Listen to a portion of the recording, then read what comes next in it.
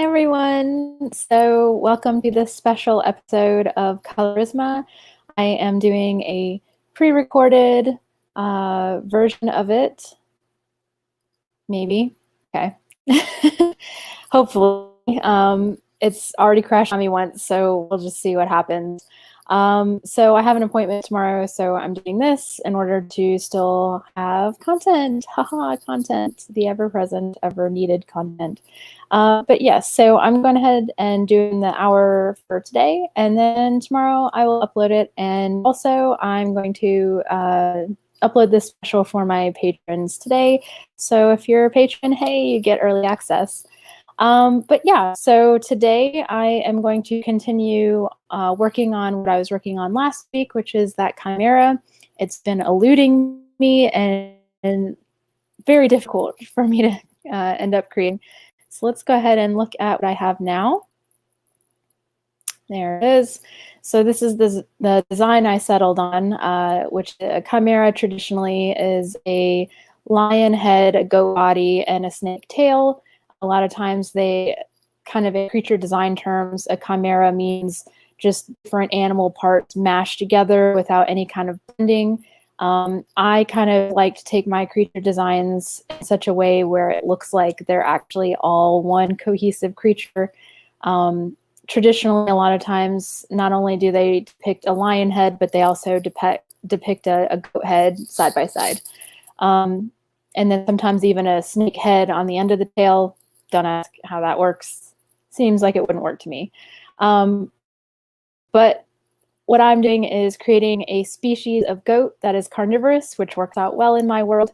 I have apparently a penchant for carnivorous herbivores. Who knew it was a thing?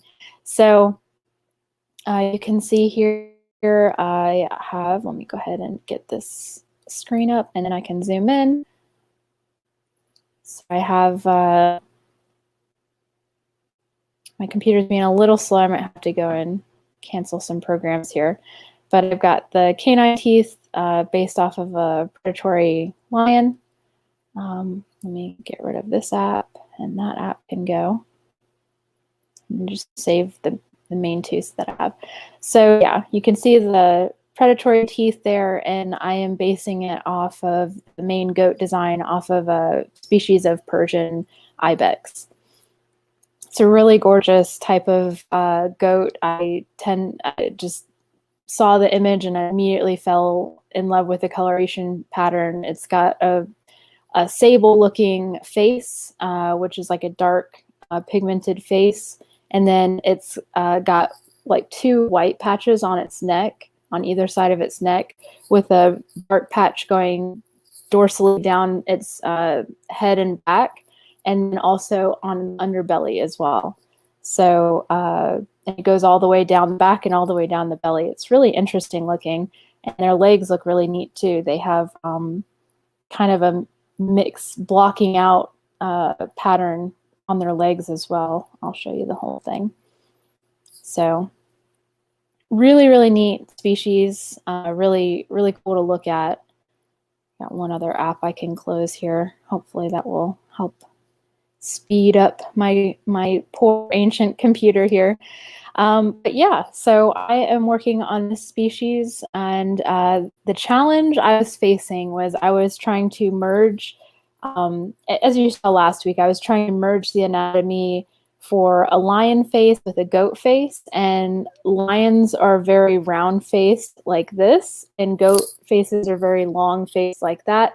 So when I tried to combine it, it kind of just made like a weird shape that didn't look great. It was like, I can't even describe it. It wasn't very good. It was objectively bad, we'll put it that way. So then I was like trying to combine features like the mouth of a goat, but with like the lion teeth, and it ended up looking kind of like a bear face, which I didn't hate in concept. And then I decided to go away from the snarling and like look where he's showing his teeth so much, and I went to a more goat expression where they do like the bleh, you know, kind of face, and it looked so ridiculous. I can show like something on Instagram. Probably I'll show all of the iterations of this little creature here. But it wasn't what I wanted the final design to be. I wanted it to look neat and majestic and like something that somebody will want to stare at for more than 30 seconds. The other ones could have worked. It's not to say that the expression was bad, because I think it was funny, but like the design I couldn't get to work right. If I kept messing with it, then maybe I could like figured out a way for it to work. But I had already been working on it for a week, and this whole entire project, the kind of basis of it is to have a sellable thing at the end of it. And that sellable thing that I want to create is a book. And while I haven't really, I don't want to do another 30 thing, like 30 creatures in 30 days kind of thing. I just went through a 30-day project in October, and I didn't want to overload myself with that. But I did want to do something. I wanted to do something and kind of give a structure as to when it would be done. And spending one whole week on just one creature is definitely getting into the territory of this taking like half a year, and I don't want to do that. So I had to just settle on a design, and this ended up being more of what I wanted. It wasn't as funny as maybe some of the other designs that I'll end up creating. I do like creatures in their kind of like natural states of being like sort of hilarious and ridiculous, because that's how I see animals. They're not always these like powerful, majestic things. Sometimes horses trip, and that's just funny. Like, as long as they don't get hurt, but like, you know, they just goof up and stumble over their feet, and, you know, animals are ridiculous. So I like to depict that in my work as well, but also knowing that each one of these images is going into a book, I want the images to really like look good and be worthy of, you know, the purchase price for the book and blah, blah, blah. So I'm working on this chimera here. I'll go ahead and get started. I was working on it in Procreate, and I don't mind working in Procreate, but I'm in a situation now where I don't have like my normal setup, so I don't have a way to really record on this live stream me working in Procreate. So I decided to go ahead and move it over to my computer to work on it. And I am working on the painting in Clip Studio Paint. I'm just trying to get, there we go. Not sure why it's being so slow. Hopefully this will work out. Otherwise I might just talk about creature design for an hour, which we all know I'm capable of. It is being very, very slow. Let me see. Okay, there's only 3 apps open, so I don't know why it's so unhappy.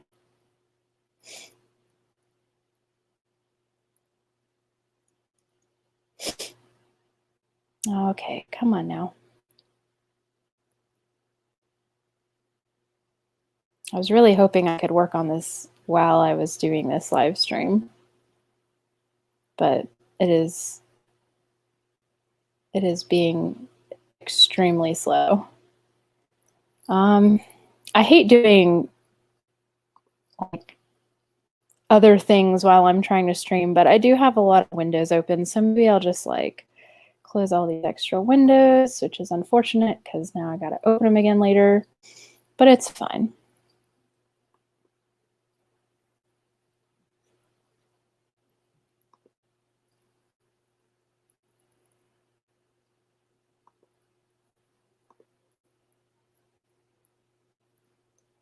Okay, now it's just technology and me do not get along. We've had a long, sordid history for the past decade.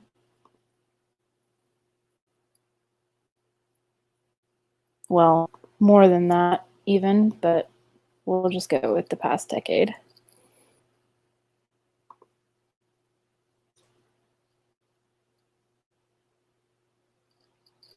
Come on, bud. Just let me. This is not entertaining content right here. I apologize. I am trying my best, but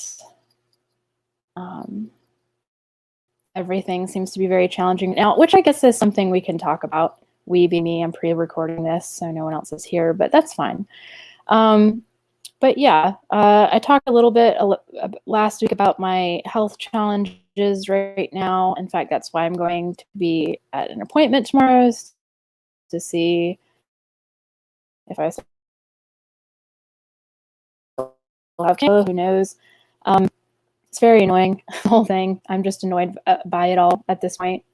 Even before 2020 was a whole thing.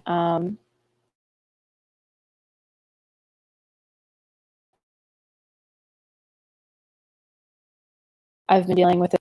And I've also mentioned before kind of the history of my own creative journey and how long that's been and how much of a challenge that's been. And I really hope this is recording, because if not, I'm going to be very frustrated. Oh, this can go too. My computer is just, so upset right now. Come on, bud. You got this.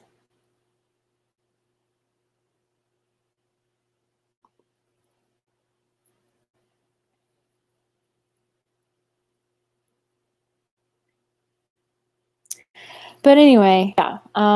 So how do you work when you're dealing with challenges? Answer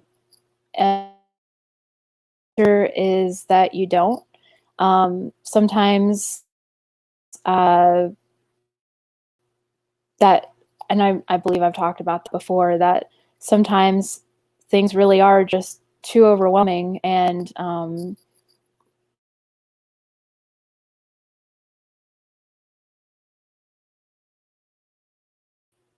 you can't distract yourself from the thing that you really priorities, and sometimes creativity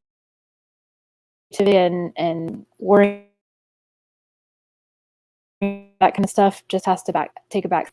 So I'm like in the middle of being very overwhelmed, as if you couldn't tell. But I think that's also important to discuss, because a lot of times people want to talk about things and when they're over it, right? Like in the past tense. But I think it's also important to see how people deal with things as they're actually dealing with it. I don't think we see that a lot. I don't think we see it enough. I think that's unfortunate, because I think it would be helpful and to show like the struggle, to what degree. I mean, privacy is a thing. Like, we should respect people's privacy if they don't want to show themselves struggling in front of like the whole entire internet, which I totally get. But I think there's a lot of times where people wouldn't mind showing the struggle, but they don't think that anyone would care. They have a hard time sharing, because when people talk about things or respond, they don't get the response that they were looking for. Like, maybe they were looking for someone to commiserate with them. Instead, they got someone who's decided to be adversarial with them. And because the response was so outside the scope of what they thought how people would reply, then it just almost teaches you like, okay, don't be vulnerable, don't be open. And that's an unfortunate lesson to get out of being vulnerable. And I think it happens a lot more than those success vulnerability stories where, you know, someone shares something intimate about themselves or like this insight, and you know, it blows up and it gets like 1 million views or whatever.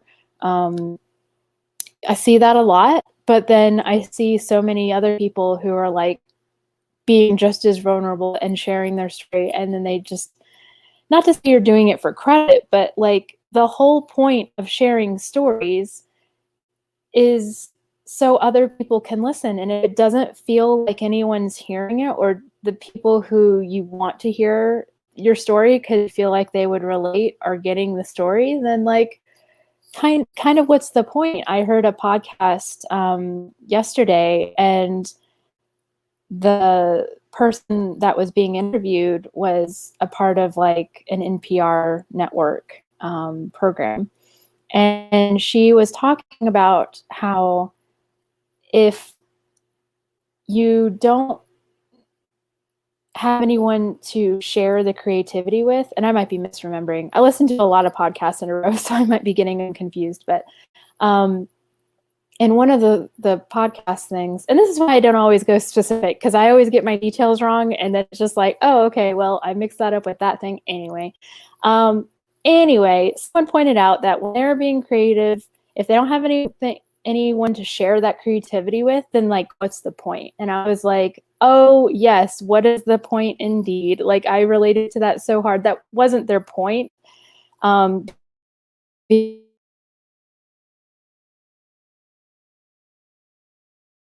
the fact that a lot of people don't really struck a chord with me. Sometimes some interviews are hard for me to listen to because I feel like that person is talking from a point of privilege and they don't even realize it.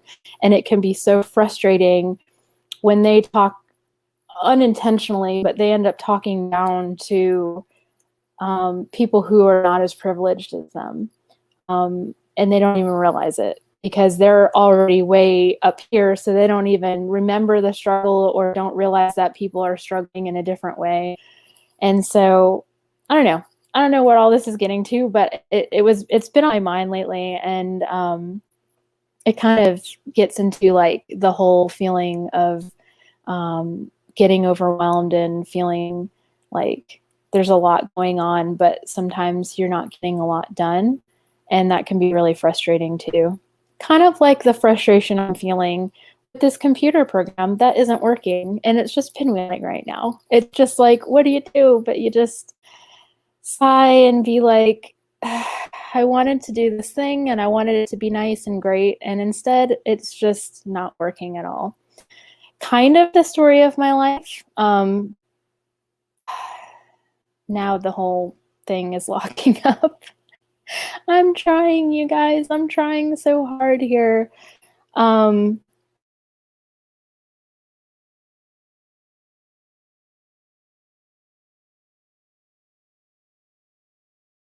I'm going to do. Okay. We're just going to not paint because it won't let me. But, you know, that's another thing we can talk about. Like, I think there's a lot more people out there than we may realize that have issues not necessarily of their own making, but like that just like this, like there are things that get in your way that you didn't like create, that you didn't cause, that you didn't like make happen, that you didn't like set up the building blocks to like make a mess for yourself. You weren't trying to get in your own way. You set up the time, you set up the place, you tried to make it happen, right?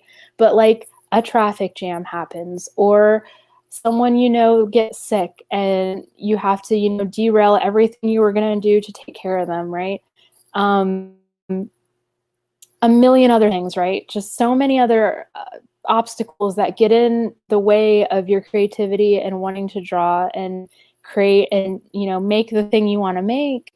And it's like no matter what,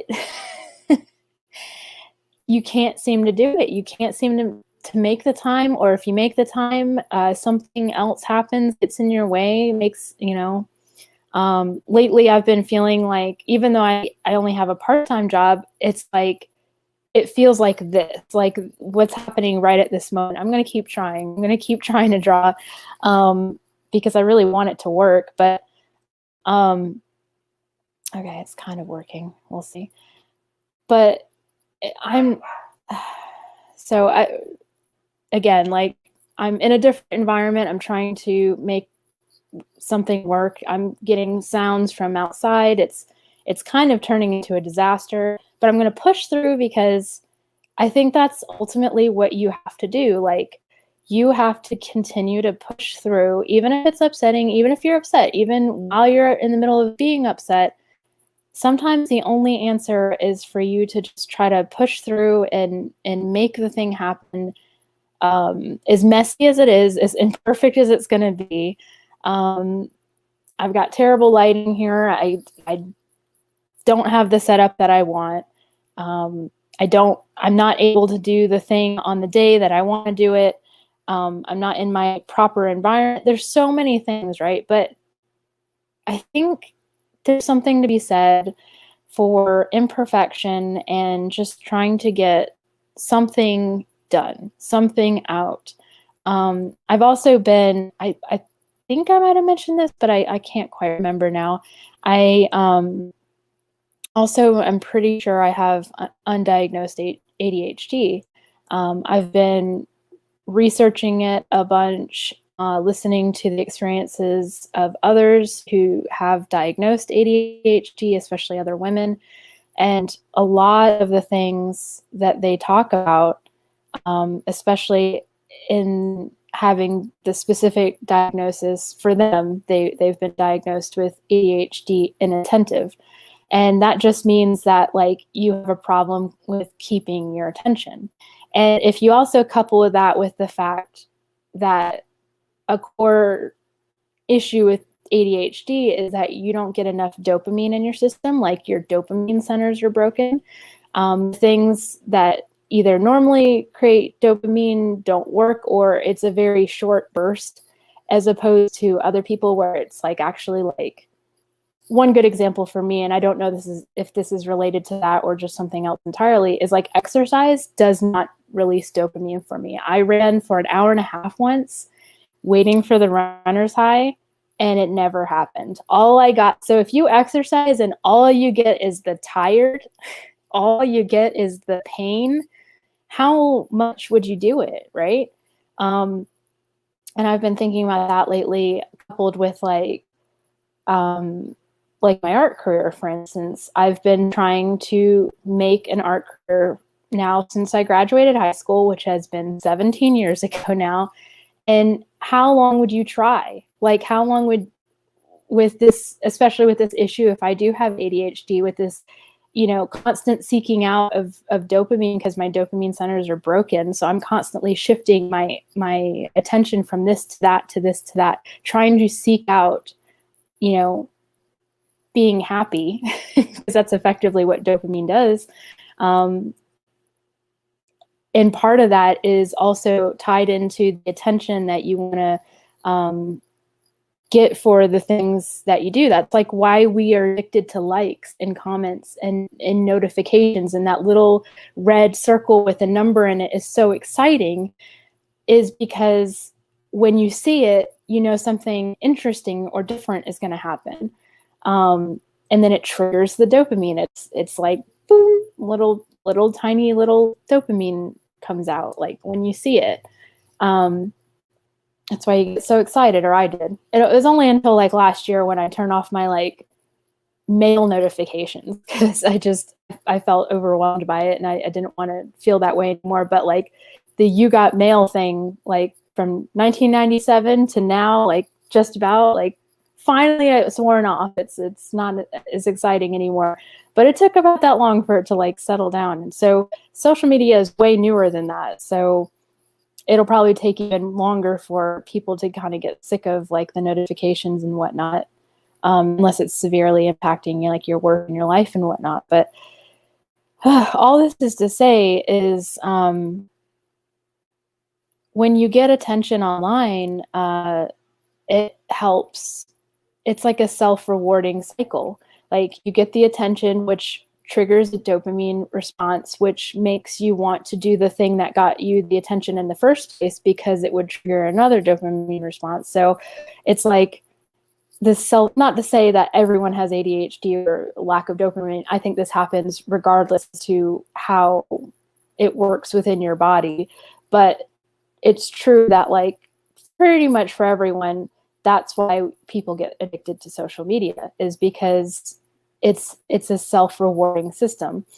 But how long would you do all of that? Would you put up with all of that you would continue to try if you didn't get that response, right? Like that's what I've been kind of battling with myself and trying to deal with, is like I've been trying for 17 years not getting the response that I wanted, like not getting the things that I want. So I can really speak on how to keep going when you get like nothing out of it, or it feels like I'm getting nothing out of it, or you're getting nothing out of it. And I just feel like part of it, like I said, is like, even if it's slow going, even if it's really frustrating and it's not ideal and it's not in the way you want. Another example that comes to mind for myself personally is like, I wanted to live in an RV. I saw people doing it back in 2012. I liked the idea a lot. I started researching it a ton. I started researching people actually doing it, living that lifestyle that were like within my same age range and making it work. And then 5 to 6 years later, I was able to create that lifestyle for myself. And is it like the lifestyle that I saw in all those like YouTube videos and everything? No, it's nothing like that. I don't move around and travel a bunch. I stay put, I stay stationary. My rig is 35, 36 years old now. It's in a condition that constantly needs repair at this point. So it's not the idealized version of what I wanted in my head. Is it strictly speaking what I wanted? Yeah, I wanted to live in an RV, and now for all intents and purposes I am. But I find that also happens a lot, that like when people finally get the thing they want, it's either exactly what they wanted and they realize that they don't like it, or it's not exactly how they want. It's like a lesser version of what they want, or it's more work than they realized to get to where they want. And I think there's something to be said for reevaluating what it is that you do want, what it is that you're looking for. And I think we need to be like okay with that concept of just accepting that sometimes things aren't always the way we want, and kind of like, what's our compromise then at that point? Like, what is the thing that's either close enough, or it's still, to use the RV example again, like even though it's not exactly what I want, I would still rather have this version of it that I currently have than no version at all. Like that's still worth it to me, even though it's really difficult, even though it's very frustrating, even though there's a lot of aspects to it that are not strictly like making me happy. I'm still happier than when before I was in this situation. Like I would rather kind of have the situation to where it is than to not have it at all. And I kind of recently have been thinking about that in terms of my career. And sometimes I bring this up and it can be frustrating because I will talk to people and they think the answer that I'm looking for when I talk about my art career and it's not being where I want is they think I want a career, just anything, just because that's what we do, right, as a society, that we just have careers. And if you're not good at one, just switch to another. There's this like over pervasive attitude of giving up. And I kind of don't get that, especially when I mention, even after I've mentioned, like, this is what I want to do, people will still have this attitude of like, well, maybe it isn't what you should do. And I'm like, is that really the takeaway we want? Is to just tell people, like, listen to them, hear that this is their passion, that this is the love of their life, that they want to do forever, and it's like fires them up, and we just say, nah, that isn't working for you, so just go do something else. Like, not even as a temporary thing. Like, I understand being like, I have a part-time job for that very reason. Like, it's not even suggested in that way. Like, hey, do this thing for a while until you can get the thing you really want to get to the point that you can survive off of it. People aren't even suggesting it like that, though. They're suggesting it in such a way that, like, oh, you need to reprioritize. And the funny thing is about that is that they're asking you to reprioritize based on what other people want. They're not asking you what you want. They're not asking you what you like, what really makes you happy. They're basing their assumption on your success based on what others are like, how others interpret it. I don't know. It's like so disheartening to like hear that, because I think more than anything, like, people's passions are the things that keep them going and keep them like really wanting to be alive and doing things in the world. And I think that is what we need to focus on. And I think that is the thing that people need to like hold a little bit more sacred. I feel like there's too much pressure to just like make money off of everything, which I get given the system we live in. But I think it's so unfortunate that when trying to help, people's first thing is like, well, you can't make money with that, so move on. Like, that's what it feels like when being told that kind of thing. And it's so frustrating. I feel like there needs to be a lot more value placed on people's happiness. And I wish there was a way to value people's happiness and not have it be so tied to things we can't help. Like, we can't help if people like what we do or not. Like, we can't make people like what we do. We can only find people who would already like it. And that is a challenge of itself, but you can't like change anyone's mind. If somebody doesn't like animals, they're not going to be interested in my project, and I shouldn't try to make them. So it's like, those are the kind of things that I feel are more helpful when I'm helping people. For me, if somebody came to me and said, this isn't working, my first thought wouldn't be, well, quit doing that and do something else. I might ask, are you sure this is what you want to do? Is this really your passion? And assess whether or not they're doing something because they really want to, or do they feel like they have to? Or do they feel like pressure from someone else? I would ask those kind of questions. But if they came back with like, no, this is my passion, this is what I want to do, all of my advice then would be how to accomplish that goal, right? Like, I don't understand the idea of like trying to switch people's goals because like a different goal would be easier.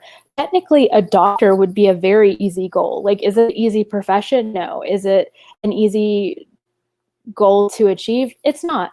But like, the steps to get to be a doctor are very straightforward. You go to school, you pass the test, you pass the exam, then you're a doctor. I mean, there's more to it than that. But effectively, when you stand back and just look at it, it's a linear progression. It still takes a lot of effort and work and everything. But my point is that there is no progression like that as an artist. You could go to school or you could not. You can draw for 20 or 30 years and then get, noticed, or you could start a doodle of stick figures and then it blows up overnight. Like, there's no rhyme or reason when it comes to art. It all just kind of happens seemingly organically, and it doesn't seem like you can like replicate that. And I do find that like really frustrating. I'm curious if there's like a way that system could be improved upon. I'm always like, question everything, break the system if needed, if it's not working. Just because it's been there a long time doesn't mean it needs to be there every time.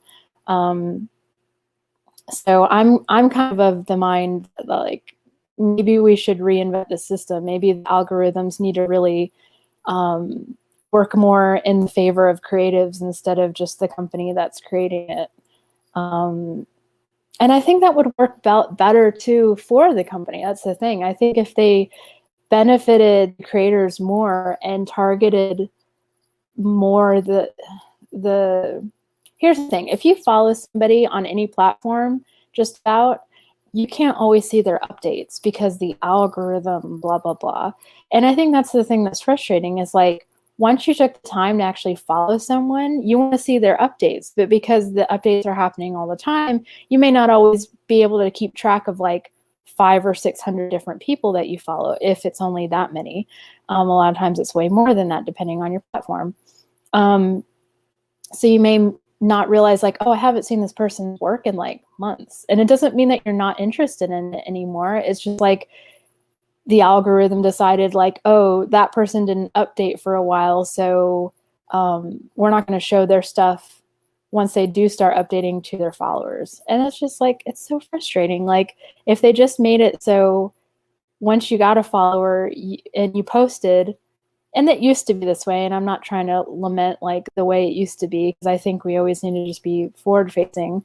But at the same time, I feel like we do need to like pay attention to what is and isn't working for the vast majority of creators. I think we need to stop focusing so much on people once they get to like 1 million followers or whatever, 500,000 followers. Like we need to stop paying attention to what's working for them and start like looking at the little guys again and be like, look, what's blocking you from getting the audience that you're looking for? Because I don't think it's all just like, it's the other thing I notice a lot. There's a lot of like victim blaming in the sense of like, oh, you're just doing something right. It's like, well, maybe, but there also could be other bigger factors that are preventing smaller creators from being able to get seen. I don't think the answer should always just be money, like toss money at the problem. I think that fostering a smaller, close-knit community full of people who are genuinely passionate about different things, I think we're getting to the point where everything is going to feel so bloated and big. And now I know I've digitally cut back. I will go through on my various accounts and like trim down who I'm following, and not for any like reason other than like sort of the Marie Kondo version of like, does this person or this account bring me joy? And sometimes the answer is no for a lot of different reasons. Maybe they're too negative, or maybe they haven't posted anymore. Like since the one video that you followed and that you liked, and you look back and they haven't posted ever again. That may not be an account that you want to follow if you're trying to limit the accounts that you follow overall. Like say you set a hard number of like, I don't want to follow any more than like 500 accounts. So there could be a lot of criteria that are not particularly personal, or maybe it is. Maybe somebody's grown and changed in a way that doesn't jive with you. So you're just like, okay, well, we've grown apart and I don't want to follow this person anymore. I think it's good to take stock of your digital accounts, and like, even though it doesn't really weigh on your consciousness, it's not a physical thing that's like taking up room, and it doesn't even take room or space on your hard drive or anything. I think it take every single thing you follow and do online does take a little tiny bit of mental space. And I think kind of like cleaning that up a little bit and just being very aware and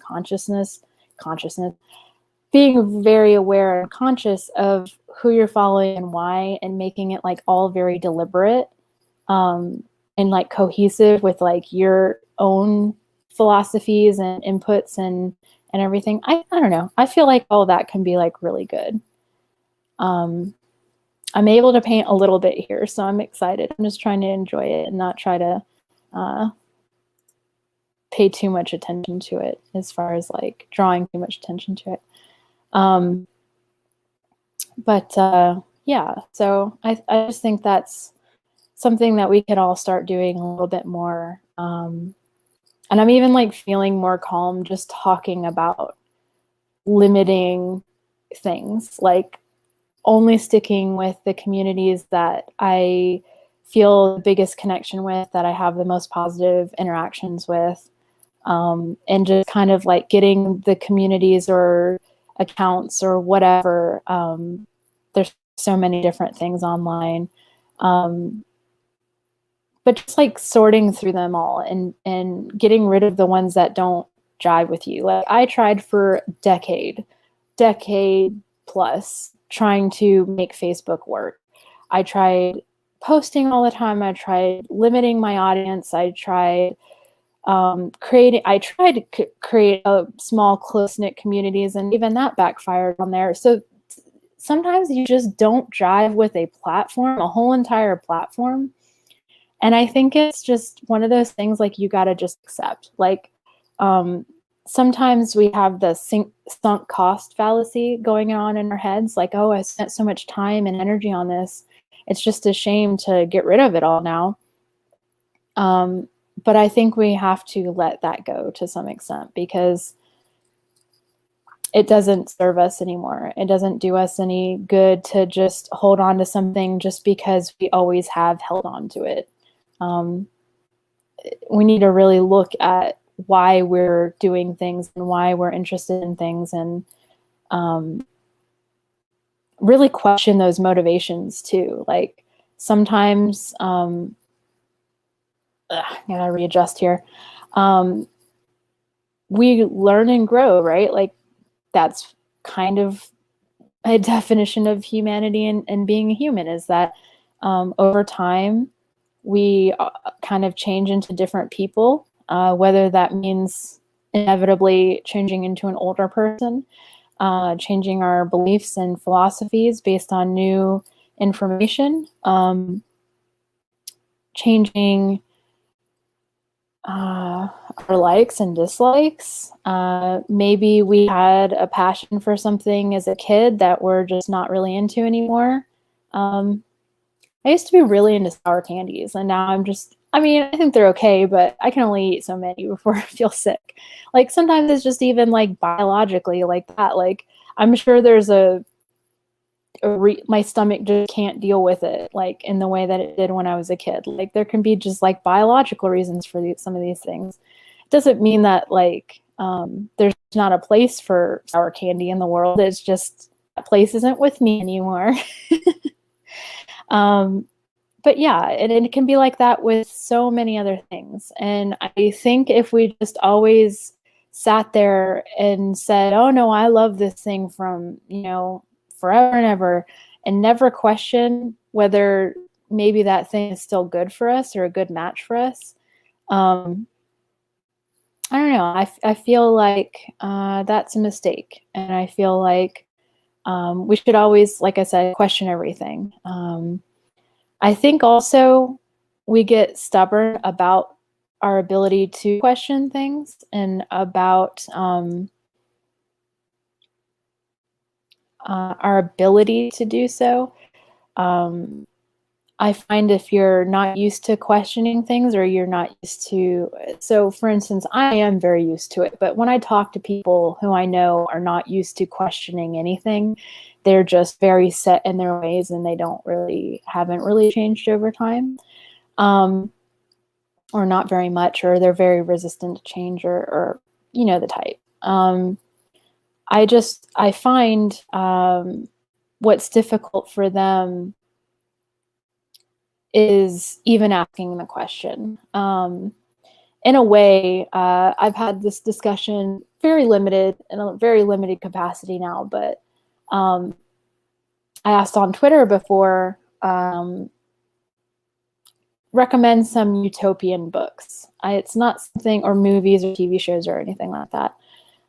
It's not something I see all that much. And I really dislike the trope of a utopia, but it's dystopian. I really dislike that, because for me, what's really frustrating is not even being allowed, like even in my own head, I'm not allowed to think about a perfect world and to actually like think about it in a very technical, very nitty-gritty way where all these different things that would be a problem for us now have been resolved. And then this is the way they've been resolved. And this is a very difficult discussion to have, I think, with almost anyone. Recently had a discussion about this very topic, and I found that it was really difficult for people to get past how things are now to there. And I'm like, I'm not working on that solution yet. I'm just working on the solution. Like, what does this even look like? What does this like this hand gesture is supposed to indicate utopia. What does this even look like? And people almost refuse to engage with that.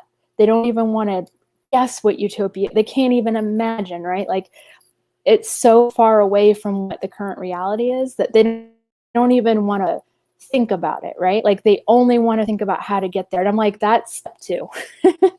If you can't imagine in your mind what a utopia, what your, maybe it's not utopia, maybe it's what your better life is, maybe it's what your career looks like, maybe it's your best life. If you can't even imagine, put into words, put into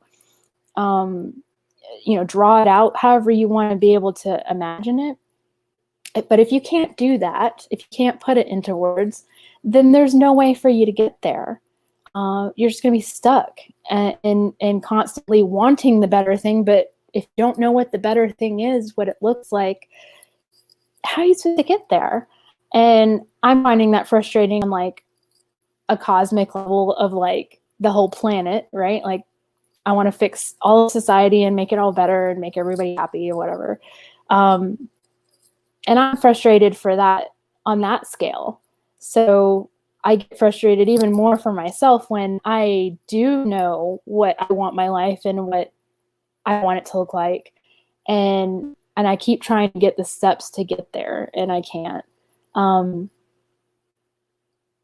I don't really, I'm trying to like piece it all together in my own brain as I'm speaking on the topic. But I do find like there's a kind of similarity between like, I've both had the end goal. I know what the end goal is. I know what I want for me in my life. And sometimes the steps to get there seem to constantly be fraught with difficulty. And then also there's another like utopian, magical thinking, whatever, perfect world scenario that I'm trying to imagine. And also I'm met with difficulty because no one will like engage with me on that and like even imagine with me what that could even look like. So I don't know. I'm kind of piecing this all together as I'm speaking. And I find it really interesting that like the perfect thing seems to be stopped for me in both scenarios based on things I can't control. I can't control how other people think. I can't control how they interact with me or what they feel about a certain thing or topic. So I don't know. I just put that together just now. And I think that's a really interesting, like, it seemed totally different. And then as I was talking, it was like, oh no, that's actually like kind of the same thing and kind of stemming from the same sort of problem. And I am somebody who tries to change a lot and tries to grow a lot and tries to find like better ways to interact. And I actually spent the better part of this year kind of detaching from everyone and everything I knew. And it was really difficult because the result from that was being completely alone. And not like in a way like, oh, I really want to be alone. I didn't want to be alone. Like, but given the circumstances of everything, I didn't have a choice. I had no one to talk to. I had no one I feel like I could talk to. And that was really difficult to have to battle these like very big philosophical issues, life, death, everything, and just kind of deal with it all on my own. Because I didn't have money for the therapy, and I didn't have this, and I didn't have that, didn't have anyone I felt like I could talk to on this level. And it was so frustrating. But at the kind of end of that, when I felt like I broke every connection I had, and I just kind of the thing that did that actually was a death in my family. It was my family's cat passed away. She was only 2, so it was really sad. But that kind of like jerked me out of my rhythm and like that kind of honestly depression I was getting into and getting sucked into. But once I got out of that and I was like talking with people again and like expressing myself and building up those connections that either I let go fallow or I just didn't really foster in any way. Once I did that, I realized, okay, so I'm picking up the pieces of the connections that I used to have, and now I'm trying to figure out like which are the good ones and which are the ones that are best left like alone. And a lot of that is I decided to just leave that to the other person. If someone didn't reach back out to me and try to foster a connection, I didn't reach out and come back to it, because I think that was a thread in my life that I kept allowing to have happen, which is I would try very hard. I'm someone who tries so hard. That's actually something throughout my life that I've heard, is that, oh, you're trying so hard. I've even been told I'm trying too hard, while still not getting the results I want. So it's so frustrating to hear that. But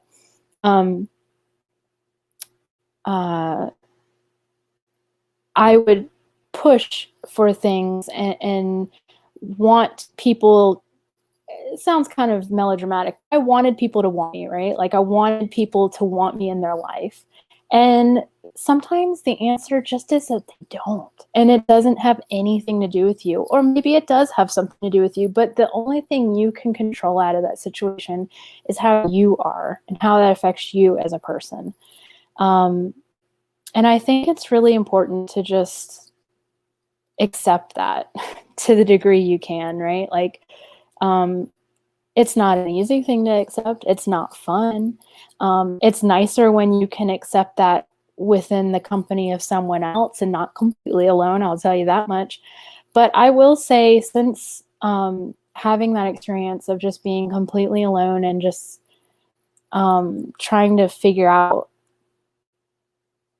all these different, very hard questions that nobody has the answers to, and then slowly allowing people back into my life, the connections I've had since then have been better, have been deeper. I haven't felt that level of alone since that happened, which has been very nice. And that's because I only allowed the connections back in that mattered, that really helped me. And that's also, I did a lot of that's when I did a lot of that digital cleanup kind of stuff that I was talking about as well too, that I would just cull like all these things, like, was it bringing me joy? And if the answer was no in any capacity, in any way, then it went. Whole entire social networks went. All these different things, even within the social networks, I cleared out a bunch of things that just felt like it was gunking up my like inner workings of my brain and stuff. So I don't know. I just feel like it's a really important process that a lot of us try to avoid because it is very difficult. It is something that takes a lot of time and energy. And that can be frustrating when we have so many other things that are demanding our time and energy.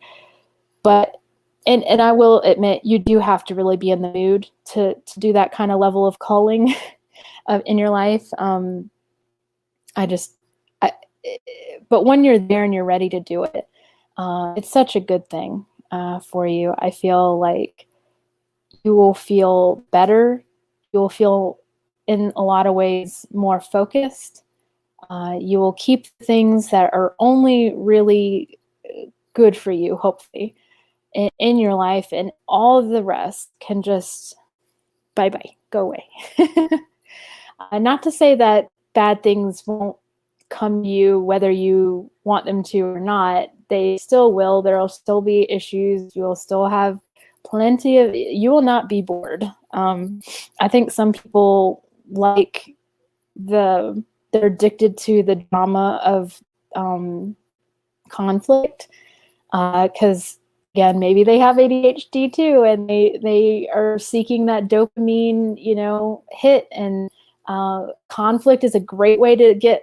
It may not be dopamine, but it is it's a certain adrenaline rush, right? Like, and that makes you feel, and that is at least something different. So people will be, I feel, antagonistic just so they can feel something. And it's really unfortunate that that's the route they take. But I think understanding people and their motivations, not to say you condone it, not to say that it's okay what they're doing, but I think understanding people and why they do things definitely helps you for your own sanity. I know sometimes it feels like people, it's really easy to take things like really personal, but then you learn like the reason why something happened was like because somebody forgot.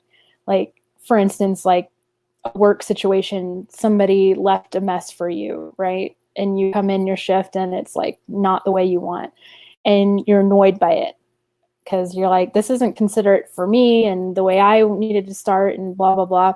And then you read a note and it said, hey, I'm really sorry, but I left. And for me anyway, I all is forgiven. Like, all I need is acknowledgement to the situation and how it occurred. And it's like, oh, okay, no big deal, right? Like, immediately I feel better.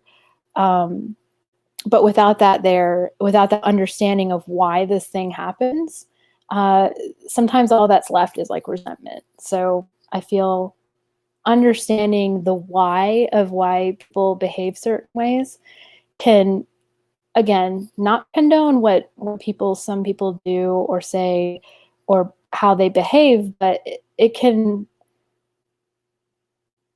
make it more, I don't want to say acceptable, because some actions and everything are unacceptable, but at least you can understand it. And then once you understand it, you can combat it, right? Like, if you understand why something happens, then you can come up with a solution. Kind of like my utopia idea. If I understand the utopia, the idea in of itself, I can understand, I could come up with a way to get there. I could come up with a way to make that happen. But without understanding what it even looks like, what it even could be, don't think there's any way to get there, because what would you even be aiming toward? You don't even know. I think we all need to kind of allow ourselves to imagine the best case scenario. I think given this year, given how much how much in the way of world problems there are and how insurmountable they feel, I feel like it's more important now than ever to have hope. And part of the way to have hope is to actually be able to imagine what the best case scenario looks like and allow yourself to do so unrestricted. It's the best case scenario and it only exists in your imagination. You should be able to do that. You should be able to just sit there and have the best case scenario played out in your head. Like, that should be loud. And there's some people that really resist that, not only for themselves, but and for others. And there's a lot of reasons for that. But I think the first step is to give yourself permission to even have those ideas and to create that reality, even if that reality only exists in your mind for now. I could not get a lot done on this painting. I apologize for my horrendous computer system. Hopefully next week we'll go back a little bit more to normal. But I went ahead and got as much done as I could for today. I just tried to get the fur texture painted in there. I'm sure as soon as I stop streaming, it'll go back to normal, but I think the streaming aspect of things kind of slowed down my computer as well. But this is where I'm at here on my little Chimera creature. I do like the anatomy and the creature design, so now it's just a matter of rendering out the details to the level of finish that I want. And that part kind of, on some nice music, a podcast or YouTube video or something, and just let that play in the background. There's not a lot of thought once you just get the design all set in stone. But this is my Chimera for now. I'll hopefully be working on a new creature next time. I am going to, again, get back to some emails. I apologize if you watch this and you're like, I wrote you before and you didn't get back to me. Sorry, got a lot going on. It is on the game plan to get back to you, and I will be doing so. So hopefully I can have a couple of interviews up here shortly, and I hope you all take the time to like allow yourselves to imagine a perfect future, even as unlikely as it feels. Just try to imagine it. Like, don't even put restrictions on yourself. They already exist. Restrictions already exist. The point is to imagine a better future. If you're done imagining, or before you start, you can always do the whole like subscribe thing if you found this interesting. As well, if you want to help support the Colourisma community, then you can always check out the Discord in the description. Feel free to join us there. It's a small, close-knit group of people, only the best, and we are super supportive of each other. And if you've done both of those things and you want a little bit more Colourisma, including like pre-released, pre-recorded videos such as this one, then you can go ahead and subscribe to the Patreon at patreon.com/Colourisma. So lots of ways to join the community, and I hope to be able to see more of y'all soon. So have a good one and take care. Bye.